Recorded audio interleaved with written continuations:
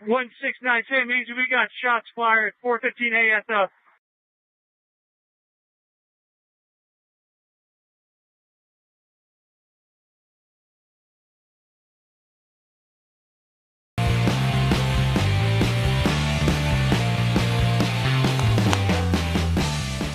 It's now been 2 full weeks since the shooting massacre in Las Vegas. Wars have been fought and won in less time, literally. Yet even now, investigators are still trying to understand why Stephen Paddock murdered 59 people, how he was able to do it. Basic questions remain unanswered. Mysteries multiply by the day. For example, security guard Jesus Campos was apparently the first man at the scene of the shooting. Initially, he was reported to have disrupted the shooting spree, possibly saved many lives. That was widely reported. Then it emerged that Campos was actually the first victim of the attack and was shot, or perhaps wounded by a ricochet, even that's not clear, before Paddock targeted the concert goers. That's the case under the current timeline anyway, which could end up changing again. We don't know for sure, partly because we can't talk to Campos because he's disappeared. He scheduled an appearance on Hannity and a couple of other news programs late last week, then didn't show up. A union representative says he may have checked into a walk-in health clinic instead. Every walk-in health clinic contacted in Las Vegas said, "We've never heard of this man. Now he's gone. Where is he? Nobody knows." Most people don't seem to care, which may be even weirder. For the latest developments, Fox correspondent Geraldo Rivera, who's covered an awful lot of stories like this, joins us tonight. Geraldo, it's almost not even obvious where to begin, but let's just start with Campos. It's not clear to me whether he was shot or wounded by a ricochet, not that it matters, but it's another example of the bad reporting that has clouded the facts of this case from the beginning. But the fact that we don't know where he is strikes me as very odd. Well, I think that in the Campos situation, I would submit that it is probably a function of his employer, the Mandalay Bay Resort, that is keeping him out of contact with the outside world for fear of incurring civil liability. Right. If it can be shown that as a security guard or the security apparatus within the hotel generally failed to prevent this awful tragedy, and is there any liability on the hotel's part? And I think that timing will play a role in that. But the bigger picture Wait, but let me just say, I would agree with you there, except for the union rep, who you'd think Campos would talk to as much as he would talk to his employer, has said, we're actively searching for the guy, and it is the union. Unions are strong in Las Vegas still, as you know. He says we have no idea where this guy is. It's a little strange.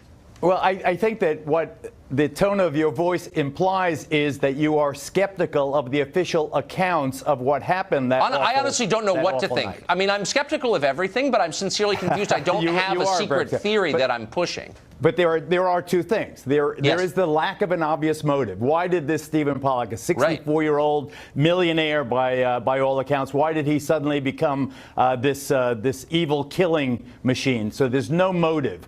I've heard, he was ISIS, he was Antifa, he was the Illuminati, he was a satanic blood cultist.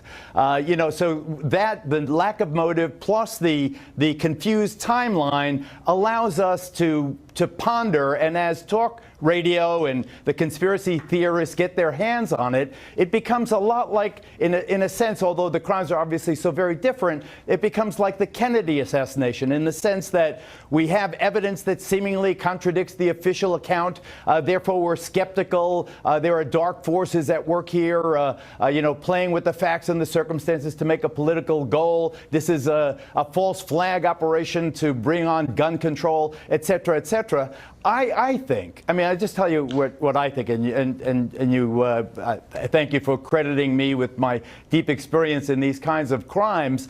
I think that because of the enormity of this act and the murders committed and the extraordinary circumstance of the 32nd floor of the hotel becoming the sniper's nest where they could rain down death and destruction on so many just average, normal, ordinary Americans, we run wild. We don't want it to be the banality of a simple, horrible, evil creature like Lee Harvey Oswald. That's not true. Here's what we don't want. We don't want to believe that our authorities are incompetent.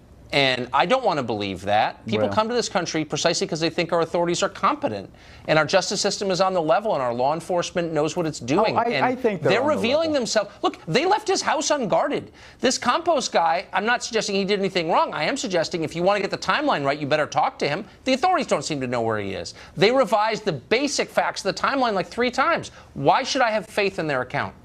Well, it's why doubt someone like Lombardo, the sheriff, who seems such a straight shooter to me? I mean, no one has ever dealt with a crime of this magnitude.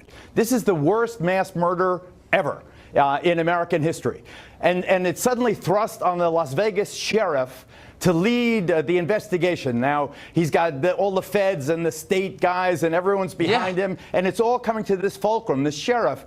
So, I mean, I think he's just out of his depth in the sense that he's a sincere, honest person, but he just doesn't give me the vibe. Well, look, I'm not saying he's a bad person, and I'm not saying he's lying. It's never even crossed my mind. I don't think he has some weird agenda.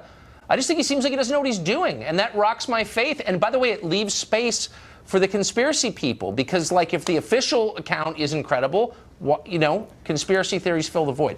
That's my view. I think the official account is credible. I think there was great confusion. I think that with Jesus Campos particularly, no one knew exactly when he got wounded. They didn't have the transcripts of the radio communications. It's not clear at what point after he went on his walkie-talkie and said, call the cops, there's a shooter up here. How long did it take them to actually dial 911? How long did it take for the deputies? And because the carnage is so awful. Right. No, I get it. It's bad, so but bad. We want it to be the commies. We want it to be the aliens. Well, we don't know what it is. Thanks to them. Anyway, thank you, Geraldo. Thanks for joining us. It's Stephen Pollack. You're right.